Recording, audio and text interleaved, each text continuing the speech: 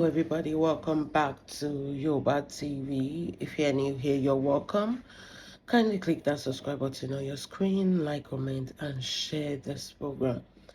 Eripe Mokam dear, Sherry ọ̀rọ̀ Engineer Alagbo yìí. Mo kọ́kọ́ rò pé iṣẹ́ mọ̀. Ojú tèmi kọ́kọ́ fi wò ni pé ojú show lásán ni jàre, mi ò lè stress ara mi lórí ẹ̀, wọ́n máa parí ẹ̀, you know. That's why I'm not really picking on it. I believe it's not as serious as we thought it is. We pay okay, it is so obvious that ọkọ àti ìyàwó nífẹ̀ẹ́ ara wọn. Obviously, nǹkan tó ṣẹlẹ̀ dẹ̀ ti ṣẹlẹ̀. Èmi dẹ̀ rò pé okay, with the first outbreak, they are going to come together, you understand, and everything is going to settle. I mean, from the issue of Mewolaka, nígbà yẹn, ìgbà tó kọ́kọ́ jà yẹn, and everything died down, and we thought it's going to move on.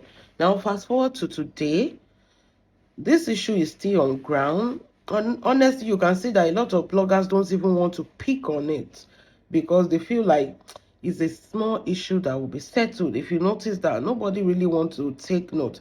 But I'm here to tell you, wípé issue yìí máa wà left for a long time. Yes, issue yìí máa wà left for a long time because this thing now is now going towards the children. And this is one thing I will never, Emiele Atemu, write it down. I will never ever stand for that.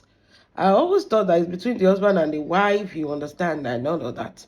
But we always gano sikini because it's now going to the people are stooping so low to go and be picking children into this fight. Ṣé dẹ̀ mọ̀ pé láti bẹ̀rẹ̀ kò sẹ́nibọ̀dì tó dárúkọ ọmọ.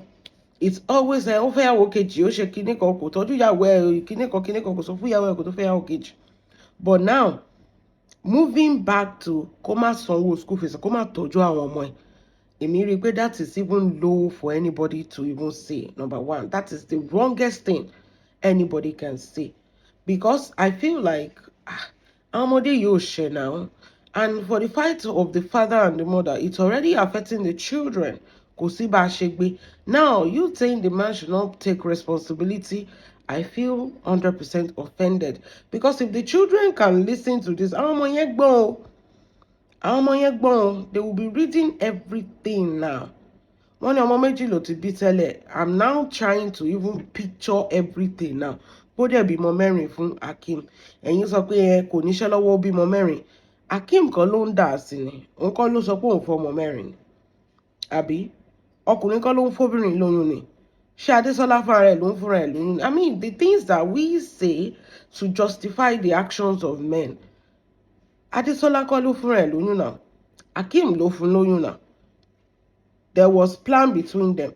If they had the first one, they had the second one, and they wanted family planning, Akim would have told his wife, ọmọ méjì ti tó, pẹ̀lú méjì tó ti kó wá, so that go and do family planning on all of that. The man actually wanted the children. That is it. And there is another option, which is, I don't know, ABORT. Mi ò mọ̀ bí àwọn lè sọ bí àwọn ní flag wa. Tó bá jẹ́ pé ọmọ lẹ́kẹ̀ta wá àbọ̀ ọmọ lẹ́kẹ̀rin wá, and you know you don't want it, there's option for you to, you are married. Kì í ṣe pé unwanted pregnancy. Understandable. So we should clear that now. But the man actually wanted 4 children. Period. As simple as that. Why are you blaming Ikimo wípé ó bímọ mẹ́rin nígbà tó jẹ́ pé inú ilé ọkọ náà máa ń kọ́ ọmọ fọ́lọ́mọ inú ilé ọkọ ni? You know, there are so many things here that is wrong. Ní ọgbọ́n tèmi o. Èmi rò pé okay o, bloggers, they are trying to, you know, justify pé èmi mo máa ṣe kíní. Now you are going low to be picking the children and telling them not to be taken care of just because of fẹ́ jà lórí social media. That is stupid on all level. I'm not sorry to say it. That is stupid on all level. Every child deserves to be taken care of. Every child deserves good life. Every child deserves education. As you that you are saying no bully on social media, it is so, you know, hard to believe that you will say that kọ́mọ tọ́jú àwọn ọmọ kan torí pé bàbá àti ìyàwó ń jà. Adesola doesn't have a choice. Òun àti Akim ló jọ produce kínní. Òun ni mò ń sọ pé okay, nísìnyí tẹ́ sọ pé kọ́mọ tọ́jú ọmọ. Kádésọlá náà sọ pé òun ò tọ́jú ọmọ. Ṣádésọlá nìkan ló bímọ ni. Okay, we can go to court. There are so many things. As a law student that you call yourself, Take it to court. Yeah. Tó bá gbé bàbá yẹn lọ sí court, ó máa san child support now. Ìlú òyìnbó gbogbo yín wà now. Why are you behaving like you are novice? How can you say you should not pay school fees? That doesn't even sound any right. That is number one fact. Ẹ lè máa bínú, ẹ lè máa jà. When it comes to children, children deserve the best. Bàbá àti ìyá gbọ́dọ̀ pawọ́pọ̀ láti tọ́jú ọmọ ni. Adésọ́lá ò lè decide pé ṣé mi mo fúnra mi lóyún ni mi ní tọ́jú àwọn ọmọ yìí. The children are with her. She has no choice. Ó jẹun kò jẹun, àwọn ọmọ gbọ́dọ̀ jẹ. Dandan ni. So why are you exempting the man from paying school fees? Does that even make sense? The mother cannot stop without taking care of her children. Tó dẹ̀ ẹ̀gbọ́n òní kankan ló produce. The man too has to pinch in. Either the man take it or he leave it. Okay, ṣé torí pé Adésọ́lá máa sọ pé torí pé ẹ̀ ń drag òun, ṣó máa wá sọ pé òun ò ní tọ́jú àwọn ọmọ ni? Make it make sense. So kí ló máa wá bí ìyẹn bọ̀dá Akeem tí ò ní fi tọ́jú àwọn ọmọ ẹ̀? Ṣé ẹ̀ drag ìyá Ikimo ni? Will she say that because you guys are dragging me, I will not take care of these children? No, she has to. These are the kids. Either you like it or not, bàbá gan ló ní ọmọ, because if the man does not fertilize the egg, there won't be child in this world. Bẹ́ẹ̀ ni. Bia, you need to go back to school to understand this concept. Wípé obìnrin ò lè bímọ fún ara ẹ̀, kò lè dánmọ fún ara ẹ̀, kò bóbìnrin ṣe kẹ́yin sínú, ẹyin is as useless if ọkùnrin ò bá fi spam sí, as simple as that. So if you look at it by definition, you will know that Akeem gangan ló ní àwọn ọmọ ẹ̀. So you telling Akeem not to take care of your children, of his children, and you are saying that you are using that to press neck. No, that is not pressing neck. That is not what they call pressing neck. That is being so evil and devilish, and so, you know, as a parent that you call yourself. Bàbá àwọn ọmọ tiẹ̀ náà ń tọ́jú àwọn ọmọ ẹ̀ náà. Yes, bàbá ọmọ tiẹ̀ ń tọ́jú àwọn ọmọ ẹ̀. How would you feel the father of your children decide not to take care of your children? Would that even sound right to you? You have kids now. Does that even make any sense? Only mo try àti wò pé okay, ẹni sùúrù ọ̀rọ̀ yà bọ́rọ̀ mi. Drag Ikimo, drag Akeem. But when you bring back these children into it, that is all wrong. Ìgbà tó ń jà fún Fọlá Tinubu, you were fighting for Tinubu. We were tabasowe kàtẹ̀ tó wá mú padà lọ síbẹ̀ yẹn. À ń gbọ́ tó sọ pé Mr. Lawal gbalé fún náà. À ń gbọ́ pé Mr. Lawal gbé mọ́tò fún náà. À ń gbọ́ pé Lizzy sọ pé wọ́n má ṣe send owó sí ní month tó gbọ́rọ̀ wá sọ́dọ̀ blogger. We were hearing all that, but we decided that ọmọ mẹ́rin pẹ̀lú baby lọ́wọ́, we have to do something about this whole matter because of what is on ground. We are not saying that even the women there, they stand, the men stand, and the father was still doing. Yes, this is categorically true. So all of a sudden, you don't want the man to do. Why? Onika or godmother. There's Okiniko. Let me tell you one thing. Maybe you don't understand. Let me tell you one thing you should understand today. If Akeem decided not to take care of those children, hope you know that.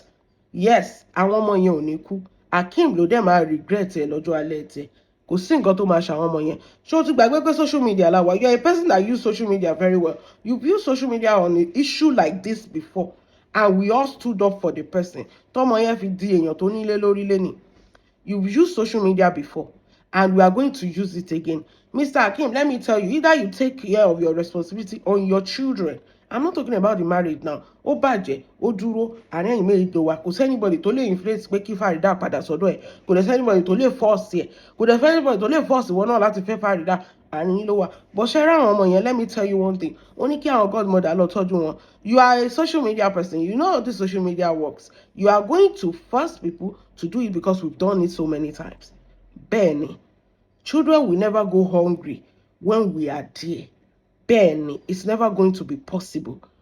If you can decide that they should not pay the school fees of children for them to stay at home when yours are going to school, does that even make any sense? I'm trying to understand, as a learned person that you are, you saying that you're a law student, they should not pay the school fees of children. So the children should remain at home. And you think we are going to open our eyes down? This is not a fight of anything. Only most of no. Now we are talking about the children. So the best thing is for them to remain at home because their father and their mother is not in good time. How? In what universe does that make any sense to you? a British citizen. Come on now. Come on. Tó bá ti sọ pé ó burú gan, kò yẹ kó sọ pé ó burú to that extent. That's one thing I'm never going to take it. Every child deserves good life, regardless of ìyá ẹ̀ kú o, ìyá ẹ̀ wà láyé o. Ẹjọ́ tí ẹnjìnì Alagbo bá kú lẹ́nìí, ẹjọ́ ṣé àwọn ò ní tọ́jú àwọn ọmọ yẹn náà ni? Bẹ́ẹ̀ ni, olùrànlọ́wọ́ máa dìde now. We know how this world works. Tí kankan bá ṣe nǹkan láwọn àwọn parents wọn lẹ́ni olùrànlọ́wọ́, if those bloggers decided now láti bẹ̀rẹ̀ sí ṣépè fún ọmọ Sisi Alagbo, ẹ máa sọ pé they are bullying Sisi Alagbo, because now you are seeing what you are doing. So torí it will make sense now ká wá sọ pé torí pé ó ti fẹ́ Sisi Alagbo kó má sanwó school fees àwọn ọmọ tó ti bí sílẹ̀ tẹ́lẹ̀ mọ́. Ṣètìlí ń sìn now ẹ̀yin gangan lẹ́ ń call fún ogun, because ọ̀rọ̀ yìí ò tí ì le tó yẹn. School ti resume, ó send owó sílé ní January 1st àbí a dẹ̀ mọ reason tó fi send owó sílé, because ó mọ̀ pé òun náà gbọ́dọ̀ gbọ́ bùkátà lórí àwọn ọmọ. Táwọn èèyàn tẹ́ bá sọ pé òkè owó tó send sílé kò yẹ kó send ẹ̀ sílé, kò yẹ kó san school fees, kò yẹ kó san anything. So it will be making sense if ìyá Ikimo's blogger too, they are now cursing on Sisi Alagbo's children. Now gbogbo ẹ̀ tún máa wá dàrú from the beginning. Ẹ̀yin gangan lẹ fẹ́ dá nǹkan rú, because kini every time he's trying to settle, you guys will bring issue. Before, the man was not recording his wife. Now you forced him to go and record his wife. Ibẹ̀ yẹn ti ń tó díẹ̀. You forced him to record his wife. You forced him to go and do advert. You forced him to be recording the house of his wife. Láti wá bọjà gẹ̀yẹn jẹ́. You are making him do things that he's not supposed to do. Obìnrin ló yẹ kó máa ṣe gbogbo nǹkan tí Akeem ń ṣe. Ẹ̀yin lẹ ń jẹ́ kó ṣe, because before it wasn't like this. Bó ṣe rí nìyẹn, it wasn't like this. Gbogbo ọ̀rọ̀ yẹn ti ń die down until you people come in. It doesn't make sense. Tó sọ pé o ní foundation, what does your foundation stand for? Kí ni foundation ẹ̀ stand for? Ìwọ tó sọ pé òun empower èèyàn, òun bring obìnrin up, you are uplifting women, and you are there telling a man not to pay school fees for his children. Right now, let us assume ṣáwọn ọmọ yẹn wà nílé, even tó bá sọ fún ẹ pé àwọn ọmọ yẹn wà nílé, it's your duty as a mother yourself, number one, to tell the father pé ṣé o ti san school fees, because ọ̀rọ̀ yẹn á dùn sọ. Ọmọkùnrin yóò wà responsible, ó dẹ̀ ti san school fees àwọn ọmọ ẹ̀. Ṣebí nǹkan tá a máa sọ nìyẹn pé Adésọlá ìyá Ikimo má ní wà responsible, ó ti san school fees àwọn ọmọ ẹ̀. Because now you are saying that even the school fees he shouldn't pay. I don't even want to know about whatever it is that you say he should not do anything. But upkeep and school fees of his children, tó jẹ́ pé by law, this is a must as a father that you have to do. It's your responsibility. Bẹ́ẹ̀ ni. Tó bá yẹ pé ẹ máa pín sí méjì ni, ìyá Ikimo will never say that òun ti ń bọ́kọ òun jà o, àwọn ọmọ o, òun ò ní san school fees àwọn ọmọ. Either ìyá Ikimo like it or not, tí táwọn ọmọ yẹn máa fi pé 18 is her responsibility. She can't just watch her kids like that. She can't just leave her kids like that. Ẹ sọ pé ó kó àwọn ọmọ wá láti inú marriage kan àbí láti tẹ́lẹ̀ kó tó di pé ó fẹ́ ẹnjìnì Alagbo. Kò ṣe fà àwọn ọmọ yẹn lẹ̀, kò possible as obìnrin. This is a motherly thing. You can't just leave your child. Bó ṣe rí nìyẹn, you are collecting gifts from different people. See, let me tell you one thing. This is me, I will always tell you the truth. Either I hate you or I like you. Ìgbà tó bí mọ́ tiẹ̀, everybody was giving you gifts, pinching in. Kì í ṣe pé àwọn ni bàbá, kì í dẹ̀ ṣe pé bàbá ọmọ yẹn ò lè tọ́jú ẹ̀. A mọ̀ pé ọkọ ẹ̀ ó jẹ now, ìyẹn bàbá ọba, òun náà lówó lọ́wọ́ now. But people kí ni, torí pé of the motherly love they have for you. You are capable, your husband is capable, and people are pinching in on your wish list. This is what the life is all about. But you to sit down and advise a man not to take responsibility on his children, and you call yourself a foundation. That thing needs to be questioned, because it doesn't make any sense. You are learning, you should know. Tó bá yẹ pé Akeem san school fees àwọn ọmọ, okay, 1 million tí mo fún ẹ̀yin owó school fees àwọn ọmọ. Ọ̀rọ̀ yẹn gan ṣe dùn sọ pé ṣé ti rí o, January 1st o, Akeem ti send 1 million sí ìyá Adésọlá. Gbogbo ẹ̀yin blogger tẹ́ sọ pé Akeem is irrelevant, kò mọ nǹkan kan, orí ẹ̀ ò pé. He just paid for his children's school fees. Gbogbo alátún máa lọ sọ́dọ̀ ìyá Ikimo pé ṣó ti rí o. You have to forgive this man. Ọkọ wọn lóde o. He has done his part. Even bó ṣe ń bẹ ẹja gan, he still consider the children. This is the quality of a good man. Kí lẹ̀ ń sọ yìí now? What are we talking about? Every child deserves a good life, regardless of his mother pie, his father pie, his mother they fight, they divorce. Every child deserves a good life. So gbogbo disadvantage nǹkan tí Dorcas ò understand. Let me tell you one disadvantage. If Mr. Hakim did not pay the school fees of these children, do you know how things can get worse? They will be at home. Ìgbà tí àwọn bá ti lọ sọ́jà, àwọn bọ̀dá àdúgbò wọ́n máa yọ́ wá bá wọn mọ yọ́dọ̀ wọn aṣáàrí gbogbo ẹ̀ bó ṣe ń ṣẹlẹ̀ nílé ayé. They will be forced into things they are not supposed to do. They will be hawking all around. Danger is easy for them to catch. As simple as that. Nǹkan burúkú máa easy fún láti ṣe. Nǹkan burúkú máa ṣẹlẹ̀. Because now ojú òtó wọn ibi táwọn ẹgbẹ́ wọn wà wọn ò sí níbẹ̀. We know how this world can this world is cruel when it comes to children, and this is what you are encouraging. Òun pàtì ẹ má bẹ́ òun expose àwọn ọmọ kéékèèké síta wípé yẹn if those children grow up, are you thinking ṣo máa ronú pé táwọn ọmọ yẹn bá dàgbà and they see you telling their father, or they realize that their father, because he's fighting their mother, did not take responsibility on them, will they even forgive you? Ṣorí wọn ní tó bá náà kà kan sọmọ làkejì ẹ mẹ́rin tó kù ń bọ̀ wá jẹ́ tiẹ̀ bí ilé ayé ṣe rí rẹ̀. There is law of karma. Those children ó ṣẹlẹ̀ dá wọn for you to even insinuate that their father should not take responsibility on them.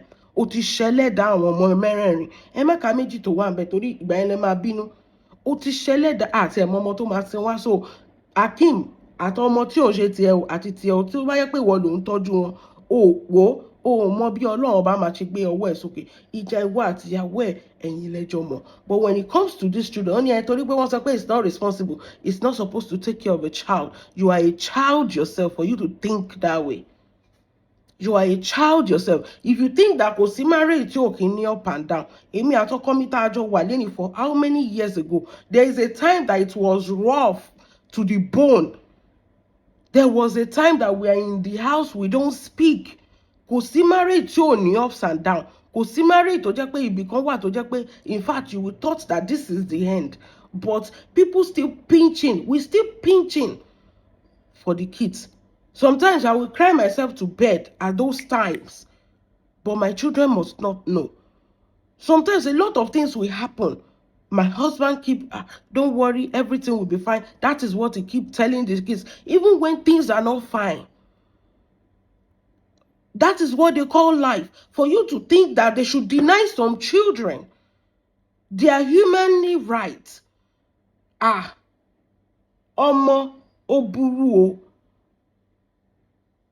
Èmi tó jẹ́ pé bí mo ṣe wà àìmọye àwọn ọmọ tó wà Nàìjíríà tó jẹ́ pé hospital no ma wà. I don't care if their daddy or their mommy, I don't even want to know. Bàbá wà bẹ́ẹ̀ o, ìyá ò sí bẹ́ẹ̀ o. Tó máa send sí mi pé àǹtí a fẹ́ ṣe surgery, àǹtí ọmọ ẹ̀ ní kinní kan, àǹtí ọmọ kékeré kan báyìí náà ló ní appendix ń jọ sí. Tọ́nà fẹ́ operate pé tó bá tètè operate tiẹ̀ kinní yẹn máa burst. Mo mọye tí mo rọ́ san fún ọmọ yẹn. Wọ́n gbé lọ sí government hospital, mo ní kẹ́ gbé lọ sí private because aṣáàmọ́ bí situation Nàìjíríà ṣe wà ọmọ kékeré ni. Mo mọye tó máa ń jáde lápò mi sí àwọn ọmọ kékeré tó bá wà ní hospital. That is what I do. I don't bring it on social media. Owó tí bá pa ń bí báyìí mo máa ń mọ nǹkan tí mo máa fi ń ṣe. I used to tell you mi kì í parọ́ ń pa ẹ̀. Àwọn ọmọ tó bá wà lọ́sítù, you will see babies in hospital. I don't care if the father has, if the mother has, if anything has. I will be like, okay, nǹkan báyìí kárẹ̀ ẹ̀ tiẹ̀ ṣì yá ná.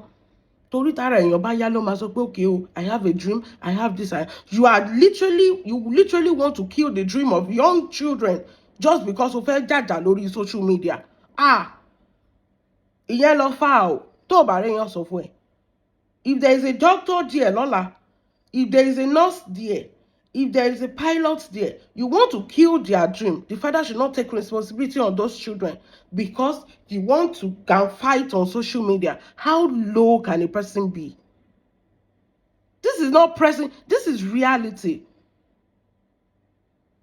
Ìgbà tí Fọlá sunkún wá, we all pinch him. Why? Because we pinch him because we hate the children crying. Abiyamọ ni gbogbo wa now. Sọ pé want to drag Lati. Maybe you were dragging Lati. The same thing you did, you don't want. Let's talk about it. Mo sọ pé ṣẹ́rí ọ̀rọ̀ Farida is going to go far. Ju báwa gan fara wa ṣe rò lọ. Mi ò mọ̀ pé tó lè tẹ́lẹ̀ náà. I was thinking that àwọn people wọ̀nyẹn bloggers méjì ń bára wọn jàjàre wọ́n wéyàn tó lè lágbára jù, but now you are taking tí blogger alákọ̀ọ́kọ́ náà bẹ̀rẹ̀ sí ń gbé ọmọ Sisi Alagbo ṣépè torí pé ẹ sọ pé kí Akeem kó má tọ́jú àwọn ọmọ ẹ jọ kí ló máa wá ṣẹlẹ̀. Do you know the gravity of what you just said? You want to kill a child, 4 children's dream, just because their father and their mother is not in good terms. Ó dẹ̀ kàwé. Mi ò mọ ibi tó o ti rò pé that thing make any sense. Mi ò mọ èèyàn tó fẹ́ sọ fún ẹ pé kíní yẹn make sense. For you that you say that àwọn ọmọ Fọlá ń gba scholarship just because you know that okay ìgbà tí black yóò ṣe responsibility ká tiẹ̀ gbà pé nǹkan tó ṣẹlẹ̀ nìyẹn, but I want to tell you today we know that that's not what happened. Ìgbà tí láti yóò take responsibility, ṣebí you said that Fọlá's children they were getting scholarship, ṣebí ó yẹ kán abandon àwọn ọmọ yẹn náà ni. Does it make sense? How in the world does that make sense to you? We heard children cry. Nígbà tí Fọlá wọnú ilé tó gbé voice note wa, we were hearing those kids cry. Gbogbo nǹkan tó move everybody ni asabiamo. We were hearing their cries. Mi ò tí jẹun látara àwọn ọmọ ò tí jẹun. Ọwọ́ àbòkí mo ti gba biscuit. Kò séèyàn tó máa gbọ́ kinní yẹn. Orí wa kọ́kọ́ gbóná wà ni.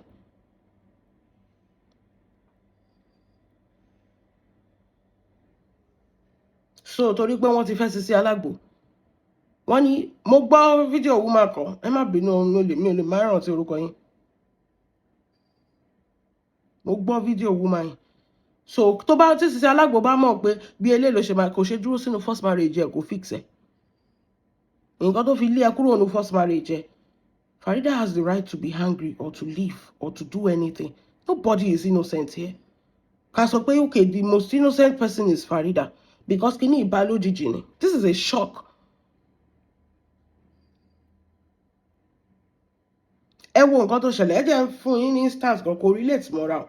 Anthony Joshua sọ pé òun lè ever padà wá sí Nàìjíríà. Ẹ jọ ṣé Nàìjíríà ló pa ọmọ àwọn ọ̀rẹ́ ẹ̀ ni? No. But because of the trauma of what happened, it's not Nigeria. The road was good. In fact, in all this thing, it was their fault because they were over speeding.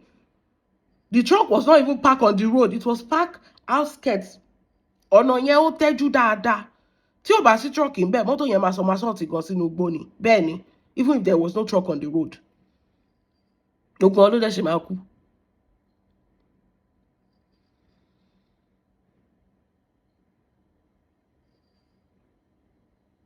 So what are you talking about? And this man said it's never going to come to Nigeria. Ṣé gbogbo Nigeria ló ṣe ni àbí the country? Kò dẹ̀ síbi tí accident ló ti kí ń ṣẹlẹ̀. That is what they call trauma. That woman is traumatized. Ìyẹn Farida. Ìyá Ikimo. Kò sóbìnrin tó máa gbéyàwó wá fún. Kìdẹ̀ tí ẹ̀ wá ṣe ọ̀nà tí Akeem gbé gbà yẹn. Akeem doesn't consider the feeling of this woman. Ṣé bó ṣe ń fẹ́yàwó láyé ọjọ́ yẹn nìyẹn ni? Tó bá fẹ́ fẹ́yàwó láyé ọjọ́ yẹn, what you are going to do is number 1. Wàá kọ́kọ́ mú yàwó yẹn wálé, ó máa wá mọ̀ yàlé. Dandan ni. Ẹgbéyàwó ọ̀dẹ̀ tán fẹ́ náà, òun náà ò lè sọ pé ẹ jẹ́ lọ́mọ yàlé mi o. Ẹ fẹ́ ṣe pepper dem wedding at the detriment of somebody else's happiness. So Sisi Alagbo came to break somebody's home, came to collect food from the mouth of the children just because she want to be happy. Ẹ wá sọ pé máa happy níbo? Ò bá ìpolówó ọjà jù bẹ́ẹ̀ lọ. Her name will be dragged because you saw a happy home. Bàbá tó ti ní ọmọ mẹ́fà, kí ló fẹ́ lọ ṣe ń bẹ̀? Think about this now. Èèyàn tó ti bímọ mẹ́rin, tíyàwó tún kọ́ ọmọ méjì wá, tó ń take responsibility, kí ló lọ ṣe ń bẹ̀? Ìwọ náà ò dẹ̀ ti bímọ sí méjì àbí mẹ́ta tẹ́lẹ̀. Ládùúgbò bó ṣe ń pin kiri tó. But because she saw that woman is a soft woman, that is one thing they used to do. Nǹkan tó ṣẹlẹ̀ nípa Lizzy àti Fọlá náà ni torí pé ó rí pé Fọlá náà soft ni. Òun dẹ̀ repeperepe ni. Because they saw that Ìyá Ikimo is a soft woman. Torí ẹ̀ náà ṣe rò pé jẹ́ àjọ ṣe understand? Doesn't make any sense. Èèyàn tó ti bímọ mẹ́fà, tó ń tọ́jú ọmọ mẹ́fà, kí ló lọ ṣe ń bẹ̀? Ẹ wo Latino. Ẹ wá dúró ìyàwó tó ní, ẹ wá dúró ọmọ tó ní, kí ni Lizzy náà lọ ṣe ń bẹ̀? ní ìyá Ikimo she's manipulative, she's shaking nìkan. Nígbà tó sọ pé wọ́n polówó ọjà, kí ló dé tí if that man has good intention, èmi ti rò pé ìyá Ikimo wà ń bẹ̀ ni. Wípé ìyá Ikimo of course òun ló jẹ́ kọ́kọ́ ẹ̀ ń bá polo àwa tẹ̀ ti rò pé ó ti tán. Wípé kó ní kálukú máa lọ́lé, ó ti lọ́lé, á ti bẹ̀yàwó ẹ̀. Àṣẹ, the intention was not that. That was not the intention. The woman was not there. You did everything you did just because you want to go and give it to bloggers. Tó bá jẹ́ wọ́n náà ńkọ́, gbogbo alábímọ náà. Gbogbo nǹkan tó ń sọ ẹ̀, ṣé wọ́n ọmọ obìnrin, o lè gbàdúrà fún ọmọ ẹ obìnrin. How would you feel? Wọ́n sọ pé kọ́ ọmọ obìnrin ẹ kó dúró síbẹ̀. Ṣé wọ́n gan lè dúró síbẹ̀ tá bá sọ pé ọmọ ẹ obìnrin? Ẹ jẹ́ á máa bẹ̀rù Ọlọ́run. Wọ́n ní wọ́n sọ pé bàbá ń bá rí ẹ léyìí tó bí mi inú. Ẹ wá sọ pé ẹ kọ́ má tọ́jú àwọn ọmọ. Kò gbọ́dọ̀ tọ́jú àwọn ọmọ. Torí pé wọ́n ń drag ẹ̀. Kò ní yẹ dragging tó ń drag ẹ̀. If you can advise a man not to take care of his children, not to pay school fees for his children, you want to deny a child 4 children education. Ká sọ pé méjì tó kù ìyá Ikimo ló máa tọ́ nǹkan ẹ̀. 4 children tí ìyá Ikimo bí fún engineer Alagbo education ní 2026, and you updated something like that as a cruise. Well-being of a child, education of a child, this is the most paramount thing in life. And you said you have a foundation. Can you even wish that on your own children? No, nǹkan tẹ́mi máa ń sọ nìyẹn ṣe rí. Bẹ́ẹ̀ mi ṣe máa ń judge ilé ayé nìyẹn. Nǹkan tẹ́mi ò bá lè ṣe fún ọmọ, mi ò lè ṣe fún ọmọ ọlọ́mọ. Mo máa sọ kíní kan fún ẹ, fún yín bí báyìí. Mo ní iṣẹ́ rí ọmọ tó máa sin ẹ ò mọ̀, ọmọ tó máa tọ́jú ẹ lọ́jọ́ ọ̀la ò mọ̀. Gbogbo ọmọ tó bá kó wá, gbogbo ọmọ máa tọ́jú. Ò bá ìjọ ọmọ mi o, ò bá ìmájọ ọmọ mi o, ò bá jẹ́ pé ọmọ ẹ̀gbọ́n mi ni o, mi ò kí ń fi kan kẹ́kan. Because ṣe rí ọjọ́ ọ̀la yẹn, o ò mélèé tó máa sanjọ́ fún ẹ. Ó lè jẹ́ pé ọmọ tiẹ̀ lóró kó máa ṣe kíní kó jẹ́ pé ọmọ tó tọ́jú. So why will I say that? Future lèmi máa ń wò, ṣé máa ń wo ọjọ́ ọ̀la ṣá? So engineer Alagbo bá gbọ́ sí ẹlẹ́nu ń sì báyìí, mi ò, of course, ó possible kò gbọ́ sí ẹlẹ́nu. Kó má take responsibility of those children, kó deny àwọn ọmọ yẹn ní life. Ìwọ náà dẹ̀ bímọ tiẹ̀. My dear, Ọlọ́run máa ń dúró dé èèyàn bí kan o. Èèyàn tí ò ti ṣubú kò mọ nǹkan tó máa gbé òun ṣubú o. Mo dẹ̀ máa ń sọ kíní kan fún yín lórí platform mi pé ọmọ kékeré ló burú jù láti ṣẹ̀ ní ayé. I will never ever kó jẹ́ pé owó tí màá fi jẹun last card mi ni màá ná sórí ọmọ kékeré. Because àwọn ọmọ yẹn ò lẹ́ṣẹ̀ lọ́rùn. Ẹ jọ̀ọ́ kí ni fault àwọn ọmọ yẹn nu gbogbo kìíní? Adult méjì ń jà. Ẹni kan deny àwọn ọmọ ní ẹ̀tọ́ wọn. Ìyẹn ò dá o. Àwọn tó rẹ nínú ìka má lè tòrò ẹni bá sọ̀rọ̀. Adult méjì ń jà. Kí ìwọ àti ọkọ ẹ máa jà báyìí. Kí wá sọ fún ọkọ ẹ pé kó má ṣẹ̀tọ́ lórí àwọn ọmọ. Ìyẹn ò dá. Tẹ́ ẹ̀ bá rẹ́ anybody sọ fún yín. Bọ́n ṣe ń fa, tó bá sọ pé òkè o, Stargate ń fa engineer Akim. Kí ìwọ náà máa fa ìyá Ikimo 2 fighting ni. Mo ti sọ lórí page mi pé ẹ jẹ́ kí anybody support anybody tó bá wù. Don't force anybody. But now bringing children into this matter, bringing children and saying that they should not do their responsibility on them. Wo, engineer Alagbo, jẹ́ sọ kíní kan fún ẹ, ó jẹ́ ṣe bẹ́ẹ̀. Mi ò rò pé ó lè ṣe bẹ́ẹ̀. That is it. Mi ò rò pé ó lè ṣe bẹ́ẹ̀. Tó bá dẹ̀ ṣe bẹ́ẹ̀, sórí ẹ̀gún, gbogbo ẹ̀gún tó wà nínú Quran, ó máa jẹ́ tiẹ̀ dọjọ́ alẹ́. Bẹ́ẹ̀ ni. Ẹ̀gún tó wà nínú Quran, gbogbo ẹ̀gún tó wà nínú Quran, ó máa jẹ́ tiẹ̀. Àdàbí tí ò bá sí Ọlọ́run ọba lókè. Àwọn ọmọ tó bí, blogger sọ pé kó má tọ́jú wọn. Bí ọgbọ́n yẹn rí. Ẹ̀dẹ̀ wà ń lo òyìnbó, ṣé ọkùnrin kan ò ní tọ́jú ọmọ nílùú òyìnbó tí gbogbo àjọ wà yìí ni? Wọn ò bí ẹ̀dá, ò ní sọ child support. Ọlọ́run ẹ̀yìn Naija ni ṣá. Tó bá jẹ́ ìlú òyìnbó, Farida àti lọ, ẹ̀yin náà mọ̀. Nǹkan tẹ́yìn ò lè gbà lẹ́sọ̀ pé kí Farida máa gbà torí pé ó wà Nàìjíríà torí pé ó ń ta gúgúrú àtẹ̀pà.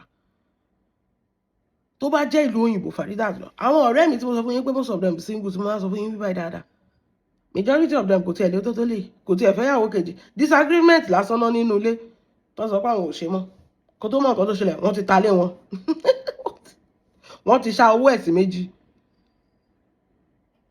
disagreement ọkọ wọn ò fẹ́ yàwó kejì o wọ́n disagreement ni wọ́n bára wọn jà kó tó mọ̀ nǹkan tó ṣẹlẹ̀ wọ́n ti divorce wọ́n ti ta lé wọ́n ti settle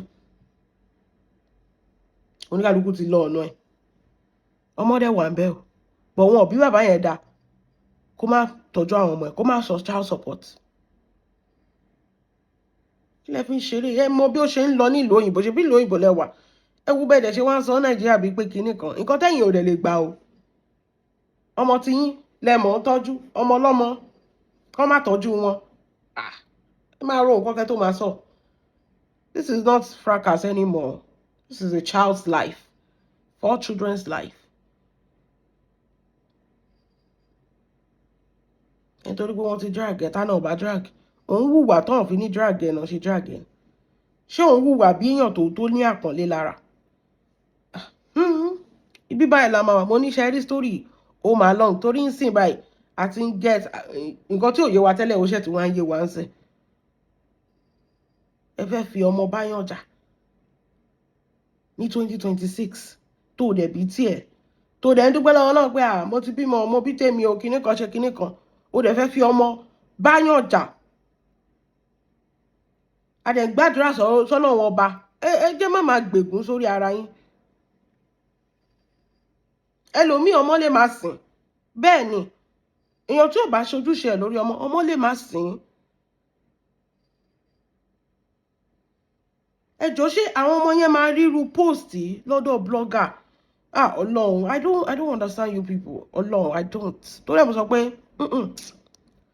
those children ṣé mo pé gbogbo nǹkan tẹ́ kọ́ yìí number 1 ìjà àárín bàbá àti ìyá wọn tó ti dórí social media àwọn ọ̀rẹ́ wọn máa gbé fún wọn school lọ́dọ̀ nìyẹn number 2 ẹ tó wá sọ pé kí bàbá wọn máa tọ́jú wọn àwọn ọ̀rẹ́ wọn máa tún gbé kinní yẹn fún wọn ní school ẹ jọ̀ọ́ àwọn ọmọ yẹn máa wò pé ṣáwọn tó wá sílé ayé wa ní báyìí you know that okay ká tẹ̀ sọ pé wọn ò rírí àmọ́ pé wọ́n máa rí gbogbo ọmọ náà lo fóònù sí number 2 táwọn ọmọ yẹn bá dàgbà tó bá ríru kinní yẹn kọ́ be careful of what you post on social media wọ́n ní wọ́n dẹ̀ sọ fún engineer Alagbo either you do it or you don't do it àwọn ọmọ yẹn máa graduate ó ti gbàgbé ni either you are alive or you are dead àwọn ọmọ yẹn máa jẹ́yàn láyé dandan ni either we ẹ jẹ́ sọ kíní kan fún yín pa ọmọ kékeré either we the online law we do it or we don't do it tọ́lọ́run bá wà ọlọ́run tó ń fún ẹyẹ lóúnjẹ so you want these children to suffer because you want to prove a point pé ṣe ti rí torí pé Farida ò bá mi ṣe àwọn ọmọ ẹ̀ jẹ́ ìyà ìgbà tó kì í ṣọlọ́run torí pé ìyá Ikimo kò tẹ̀lé mi kò gbọ́ sí mi lẹ́nu kò bá mi ṣe I make sure pé àwọn ọmọ ẹ̀ suffer wọ́n ní mo sọ pé èèyàn tí ò tí kù kò mọ́rú ikú tó máa pa àwọn ẹ jẹ́ àwa careful nílé ayé yìí kó má lọ inherit ogun tí ò ń ṣe tiẹ̀ tó bá sọ pé wọn ò lè mú ẹ àwọn ọmọ tiẹ̀ ń kọ́ because you can never say that to me and you expect me kí n ṣàdúrà fún ẹ kò possible èmi náà máa dúró díẹ̀ bí ọmọ ni bẹ́ẹ̀ ni nǹkan tó bá ṣe yẹ kó cross the line to my children saying that my children is not supposed to have a good life saying that my husband is not supposed to take care of my children my dear ó ti tọ́nà wógun nìyẹn ní ìmọ̀rújà tèmi àti ẹ máa jà tó bá ti débi ọmọ tó sọ pé àwọn ọmọ mi tí mo ti ṣọmọ wàá ti project pé àwọn ọmọ yìí Ọlọ́run wàá débi báyìí èèyàn kan wá sọ pé kàn deny wọn ní opportunity for them to have a good life ó wá sọ pé ọmọ tiẹ̀ náà ìwọ náà wàá ro nǹkan if somebody say that to your own children how would you feel ìwọ náà ò ní rú sókè kó sọ pé wo èmi gan máa wo ìyá ni ẹ náà ó going through labour pain náà ó mọ bó ṣe ń rí lára náà how can you say that a woman too did not deserve her children did not deserve good life just because wọn bẹ́ẹ̀ ṣe kò síbi tí mi ní wọ́ torí tiẹ̀ torí tàwọn ọmọ tiẹ̀ náà kò sí. Ìjà yìí ti kúrò lórí ọkọ àti ìyàwó ń jà sí o ṣe mọ̀ ṣá àwọn ọmọ ọlọ́mọ tí ò mọ nǹkan kan. Òun ni mò ń sọ fún yín pé ṣé ìyá Ikimo lè sọ pé torí pé bàbá yín ò sẹ́ndì owó ní jẹun ni ṣó possible? Ṣé ìyá Ikimo lè sọ bẹ́ẹ̀ pé bàbá yín ò kúkú fún mi lówó ní jẹun? Kí ẹnjíníà Alagbo múlẹ̀ kó má múlẹ̀, it's responsibility of ìyá Ikimo to always feed these children either she like it or not, and we can see the way she's hustling. Àwọn táwọn advertise advertise torí pé kí ló kàn mí pẹ̀lú ìyá Ikimo? Ẹ rò pé mo bá sọ̀rọ̀ rí ni àbí mi tẹ̀ ní nọ́mbà ẹ̀gbọ́n? Mẹ́ advertise business torí pé ọmọ 6 ló wà lọ́wọ́ kí ló fẹ́ fi rọ? Ẹnjíníà Alagbo dẹ̀ ti ṣán lọ bí orí tán ṣán nígi. Ẹ̀yin blogger dẹ̀ ti advise pé kó má tọ́jú àwọn ọmọ torí àwọn ọmọ tó wà nílé kí náà máa jẹ torí ẹ̀ lèmi ṣe advertise ọmọbìnrin yìí. Ẹ̀yin ìka ọ̀dájú àmì àmọ́ yìí. Ajá mọ ọmọ tiẹ̀ fún lọ́mú. Kẹ́ tó fi abẹ́rẹ́ gún èèyàn gún ọmọ yẹn kọ́kọ́ fi gúnra yín náà wò kẹ́ kó fi gún àwọn ọmọ yín náà.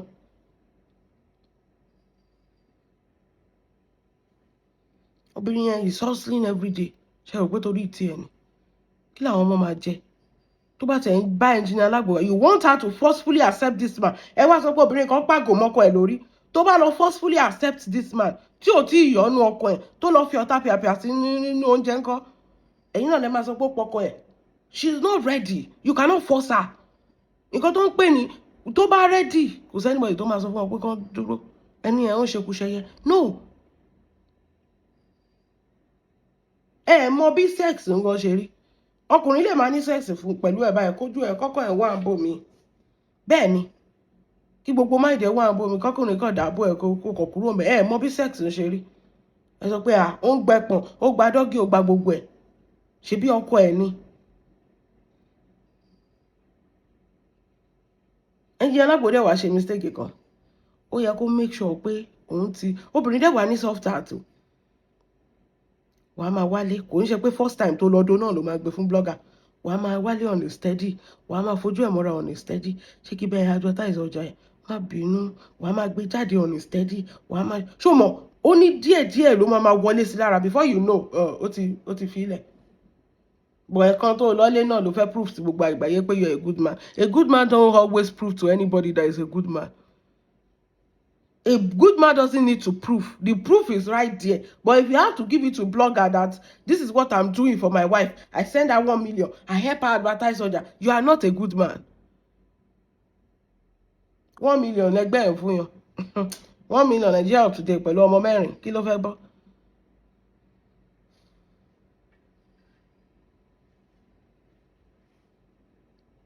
$1 million ẹgbẹ́ ẹ̀ fún yàn. Ẹ ti kó tiyín báyìí ẹ ti kó bá àwọn ọmọ ọlọ́mọ. Téèyàn wá sọ̀rọ̀ ẹ̀ máa níyàn sọ̀rọ̀. Àgbàlagbà ní gbogbo wa náà bí amọ́ ní wá ẹrú gbogbo kíní ìwò náà. You cannot stop anybody from dragging Baba Ikimo. Ìyẹn Mr. Akim. And níbi tẹ̀dẹ̀ wá mú lọ yìí táwọn blogger bẹ̀rẹ̀ sí ń gbé ọmọ Sisi Alagbo náà ṣe pé hope you will understand. You will be able to return the energy. Torí ẹ ti sọ pé kí bọ̀dá Akim kó má sọ school fees àwọn ọmọ ẹ̀. So it's safe to say that, or it's common sense to assume that torí pé ó ti fẹ́ Sisi Alagbo kò tọ́jú àwọn ọmọ ẹ̀ mọ́. So tó má bẹ̀rẹ̀ sí ń gbé ọmọ Sisi Alagbo ṣe pé hope you will understand pé ẹ̀yin lẹ create space yẹn. Ṣé àwọn kókò tí ì dé gbogbo level yẹn. Tó má bẹ̀rẹ̀ sí ń gbé àwọn ọmọ Sisi Alagbo ṣe pé hope you will understand that ẹ̀yin lẹ create space yẹn. Because initially there was nothing. It was just they are dragging the other and kíní yẹn gan ti ń kú. Nobody was taking the matter serious anymore. In fact, if not that Ẹnjíníà Alagbo lọ record ìyàwó ẹ̀, èmi gan ò tiẹ̀ mọ̀ pé ta ń wo show yẹn. Ẹ̀yin gan lẹ tún wọ́ ọ̀rọ̀ ẹ̀ síta. Èmi gan ò tiẹ̀ mọ̀ pé Ẹnjíníà Stargirl ó sì ń drag Ẹnjíníà. Kò sí anybody tó ń listen mọ́ náà. Kò sí anybody tó ń listen mọ́. Now ẹ tún ti fẹ́ ẹ̀ dí ọ̀rọ̀ síta. Ẹ tún ti da petrol sí ọ̀rọ̀ tún ti ṣe wì. Ẹ wá sọ pé kó padà sọ́dọ̀ ọkọ àbó ti padà ni. Choice ẹ̀ ni tó wá fẹ́ padà. But you cannot force her to return. Kẹ́ ẹ ṣe jù bẹ́ẹ̀ lọ. Ṣebí the worst tí Ẹnjíníà Alagbo lè ṣe ní pé kó má wọ̀ lọlé kó dẹ̀ má tọ́jú àwọn ọmọ so lẹ́yìn yẹn kí ló tún fẹ́ ṣe ó yá ẹ ti pa gbogbo idán ọwọ́ yín eégún tó kọ́kọ́ jó ìran ló máa wò gbẹ̀yìn ni but if you think that the education of those children will cease they play the same you that you collected donation for Fola on this social media we are not going to watch those children suffer whatever it's going to cost. That is one thing you don't understand. But this is social media. And the power doesn't belong to just one person. Tí wọ́n bá lè ṣe, everybody lè ṣe. Èló ni 1 million. There are some things téèyàn bá ti fẹ́ ṣe mọ̀. I'm a very private person. Tá bá ṣe ń sìn, gbogbo èrò máa rú wá bí. Wọ́n ṣe kinní kan. Èló ni 1 million. Ẹ jẹ́ kó gbá account ẹ̀ jáde. Wípé ó yá a fẹ́ ṣe donation fún pé Engineer Alagbo àbí Engineer Alagbo sọ pé òun ò take responsibility lórí àwọn ọmọ ẹ̀ kó kọ́ sórí page ẹ̀ wípé àwọn ọmọ tí mo bí o kó tẹ̀yẹ mẹ́rin mi ò take responsibility mọ́ o mi ò san school fees wọn mi fún wọn feeding kọ́lẹ̀ gbé account ẹ wá wo itú tá máa pa fún Farida it go shock you yourself the same orí social media tó ti kọ́lé fún Fọlá it go shock you yourself ó ní mo sọ kí Engineer Alagbo kó sọ tó bá yẹ pé wọ́n bí bàbá ẹ̀dá kó kọ síbẹ̀ tó bá fẹ́ wá wọ nǹkan tó ń pè ní social media kí Engineer Alagbo kọ síbẹ̀ pé mi ò san school fees àwọn ọmọdé yìí mọ́ bring it on ni ìwọ bá wò bring it on ni I will never stand for anybody that want to take away a child's right. I will never. Because mo bí tèmi. Mo dẹ̀ máa dúró ọmọ tí mo ń assist. Èmi máa ń lọ sí medically mo máa assist ọmọ. Kọ́mọ yẹn tẹ̀lé dìde kó sì padà lọ sí school.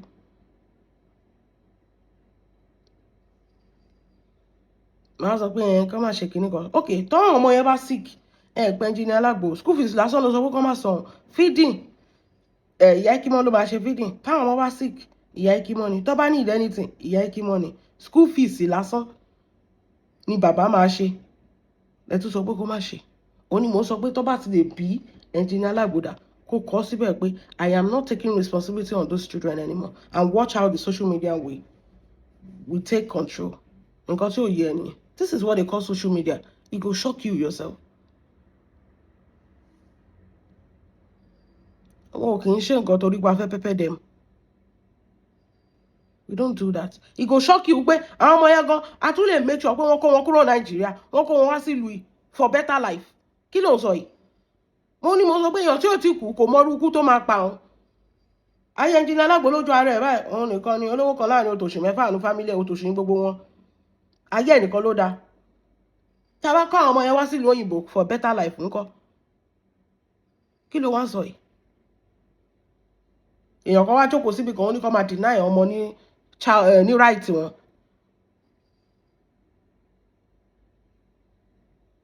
Tó bá wo Engineer Alagbo kó lọlé tó bá wù kó má rí àwọn ọmọ bọ̀ ṣojúṣe ẹ lórí ọmọ ni ìwọ ló pè wọ́n wá sílé ayé ẹ̀ṣẹ̀ dẹni as a Muslim man kì í ṣe pé kó máa dóbò nìkan náà pè ní Muslim man kó máa kóbìnrin mẹ́fà mẹ́rin nìkan náà pè ní Muslim man your responsibility as a father you have to do it or else èpè ló ń gbà sórí ara ẹ.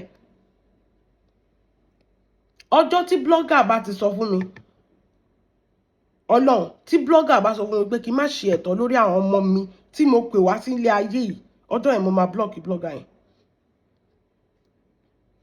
Kò sí bá a ṣe close tó wípé you don't even need to irú ọ̀rọ̀ kọ̀rọ̀ wo nìyẹn. Àwọn ọmọ ọjọ́ ọ̀la mi ọjọ́ ọ̀la ọmọbìnrin yìí sìn báyìí tó bá dọjọ́ ọ̀la tiẹ̀ àwọn ọmọ ẹ̀kọ́ ló máa gbé sókè pé ẹ wo ibi táwọn ọmọ mi dé ó dẹ̀ ń sọ fún bàbá kan pé kó má ṣẹ̀tọ́ lórí àwọn ọmọ tiẹ̀ tó bá dọjọ́ ọ̀la ìjọ ta ni Désọ́lá fẹ́ ta ni Akeem fẹ́ gbé sókè pé àwọn ọmọ mi wọ́n di doctor wọ́n di pilot wọ́n di kinní bọ̀ ìwọ máa gbé tiẹ̀ síta wọn ló sọ pé ajá ọmọ tiẹ̀ ń fún lọ́mú àti bébì kan ló ti ń gbọ́ ọmọ ẹ̀ síta pé ọmọ ológo tí gbogbo àdẹ̀bà yẹn ń gbà tá à ń ṣàdúrà fún pọ́ ọmọ ológo náà ni.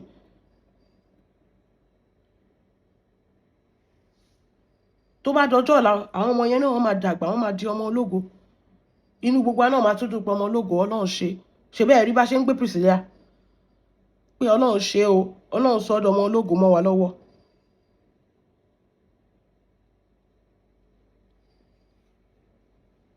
bàbá Priscilla dẹ̀ he tried o òun àti Ìyábọ̀ lè ní issue o pé wọn ò nífẹ̀ẹ́ ara wọn àbí kò nífẹ̀ẹ́ ìyá Priscilla o but the father was actively present in his children's life. He did everything he can do. Àjẹbẹ́ ẹ̀ máa mọ báwọn ọmọ ṣe máa sọ̀rọ̀ ẹ̀ lẹ́ni. Ó ṣojúṣe ẹ̀ lórí àwọn ọmọ yẹn. Ọlọ́run gbà fún àwọn méjèèjì. Ìwájú ògbé kí wá sọ pé má tọ́jú àwọn ọmọ ẹ̀. Tó bá dọjọ́ ọ̀la, kí ló fẹ́ fi boast? Táwọn èèyàn máa sọ pé ọmọ ẹ̀ kékeré ọjọ́ yẹn, òun ló ti di kíní, olóhùn ṣé o kíní kankan, kí ló fẹ́ fi boast? Ọjọ́ tí o bá ti sọ fún mi pé kí n má tọ́jú àwọn ọmọ mi, ọjọ́ yẹn lèmi àti ẹ ti dọ̀tá. Because this is my future. Ìwọ fẹ́ tọ́jú tiẹ̀ kémi má tọ́jú tèmi. Irú ìfẹ́ wo ló máa sọ pé o ní sí mi? Kì í ṣèfẹ́ nìyẹn. Telling me not to pay school fees for my children when your own children are going to school. Tí n bá dín gan, okay, kí tẹ̀ sọ fún ẹ pé ìwọ ni blogger mi kí wá sọ fún ẹ pé jọ mi ò ní owó yìí. Ó yẹ kó sọ pé ẹ má worry o, màá yá yín o. Àbí ṣebí torí ọmọ ni. Tó bá yẹ pé Akim lọ bá Dorcas pé Dorcas mi ò mà lówó school àwọn ọmọ. Ìwọ fún ara ẹ Dorcas ló yẹ kó sọ fún pé ẹ má worry, màá yá yín. Màá yá yín, ẹ máa fún mi padà. Pé ẹ má wo ti yá Ikimo, ẹ fi sílẹ̀, obìnrin ṣe bí obìnrin ní jàre. Ẹ má dá lóhùn, ẹ má tẹ̀ fún lẹ́pọ̀n mọ́, ẹ má fún lówó gan mọ́. Ẹ jẹ́ kó lọ fẹ́ǹdì fún ara ẹ̀. Bọ̀ṣẹ́ rí àwọn ọmọ yẹn, a gbọ́dọ̀ sanwó school fees wọn ṣe ti san. Bọ̀ kí blogger máa sọ pé má sọ school fees àwọn ọmọ ẹ̀, àwọn ọjọ́ ọ̀la ẹ̀, ọmọ mẹ́rin tán. Ọmọ mẹ́rin. O mọ nǹkan tó lè dì lọ́la. Kíkan náà àwọn yẹn di governor. Sà, ẹ máa jẹ̀yà o. Tó bá yẹ pé atọ́jú àwọn ọmọ mẹ́rin tó di governor. Ṣé bí nǹkan tá àwòrán mọ́ Fọlá náà lára nìyẹn? Pé àwọn ọmọ yẹn àmọ́ bí tó lè dè lọ́la. Àwọn òṣèrò ìgbà tó gbé Fọlá wá wípé kí ló kàn wá. Wá bí amọ́ ni wá. Ọ̀tọ́rí pé o hate ìyá Ikimo. Torí ẹ̀ sọ pé kó má tọ́jú àwọn ọmọ ẹ̀. And you're a mother as well. Ìyẹn ò dáa o. Àwọn ọmọ tí ẹ ń lọ school, o sọ pé kó má sọ school fees àwọn ọmọ kan. Mi ò gbélé rí. Ọlọ́run, eléyìí tún ṣọ́ọ̀kì mi. Àwọn ọmọ tí ẹ ń lọ school. Bébí ẹ máa bẹ̀rẹ̀ kí ló èwo lẹ ń lò lọ́hùn.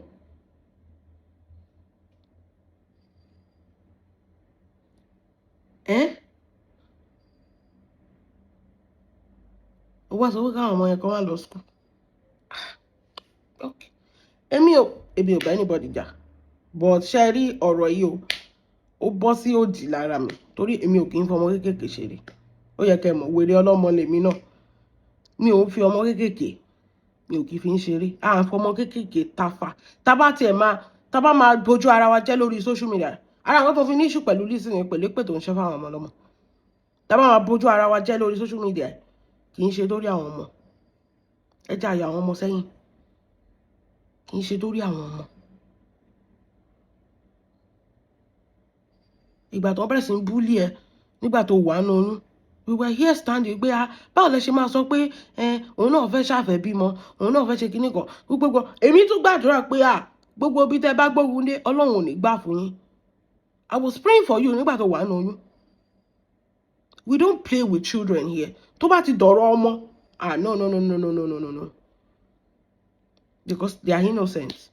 Wọn ò lẹ́ṣẹ̀ lọ́rùn. Wọn ò ṣẹ́ ní wọn ọ̀bọ̀. Bọ̀ àgbàlagbà ní gbogbo wa lè ṣe bó ṣe wù wá síra wa. Bọ̀ kó ti ń lọ sí ibi ọmọ.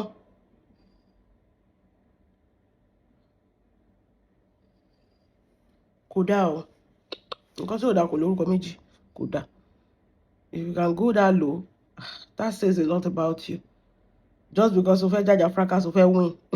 You want to win, so you have to bring in children so that you can win. Ó ní mo sọ pé engineer Alagbo, ẹ wò ẹ tẹ̀ máa ràn wá lọ́wọ́ tẹ́ bá ti sọ fún wa pé I am not sending school fees, I'm not paying anything on these children anymore, and watch us do wonder. Nǹkan tẹ́ ẹ lè ṣe, we are going to do it now. Àbí kí n ṣe Ọlọ́run ọba ni? Kì í ṣe Ọlọ́run ọba ló dá àwọn ọmọ yẹn ni. Nǹkan tó ò lè ṣe, ọmọ á ṣe o. Wípé in your thoughts wípé mo fẹ́ fìyà jẹ̀yà wọn, so ìyà gbọ́dọ̀ jà wọn mọ́, kò possible. Wọn kò kì í ṣe ayé yìí mọ́.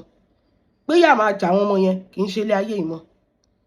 So gbogbo 1 million tẹ́jọ́ ń bára yín jà, you should have just label it pé school fees àwọn ọmọ mi lélẹ́yìí o period. Kì í ṣe pé o send 1 million sí torí pé o fẹ́ gbé lọ fún blogger. School fees àwọn ọmọ lélẹ́yìí o. Nǹkan tó yẹ kó o ra kọ síbẹ̀ nìyẹn. Oníkàlùkù máa mọ ẹ ti mọ bí tẹ́ ẹ belong sí ń sìn. So but there are children there. Then send their school fees to them. Ìwọ gan Ẹnjìnìá Alagbo, ìwọ ló ń da gbogbo kinní ìrù. Ìwọ gan ló fẹ́ kọ́rọ̀ ẹ̀ parí lórí social media. Kò dẹ̀ sí bó ṣe ń wá justification, you can never be justified because you are not acting accordingly. The Quran said kẹ́ ẹ ṣe déédéé. Wọ́n ò sọ pé kẹ́ fẹ́yàwó kẹ́ má ṣe. Wọ́n ní kẹ́ ẹ ṣe déédéé tó wá fẹ́ fẹ́yàwó kejì. Ìwọ ò ṣe déédéé, ò tẹ̀lé nǹkan tí Quran sọ. Ìwọ ló ń da gbogbo kinní ìrù. Well, it is well. Ẹ jẹ́ a máa lọ ìyẹn mi. Ẹ jẹ́ a mọ nǹkan tí a bá feel about this video down below. God bless you. Have a wonderful day.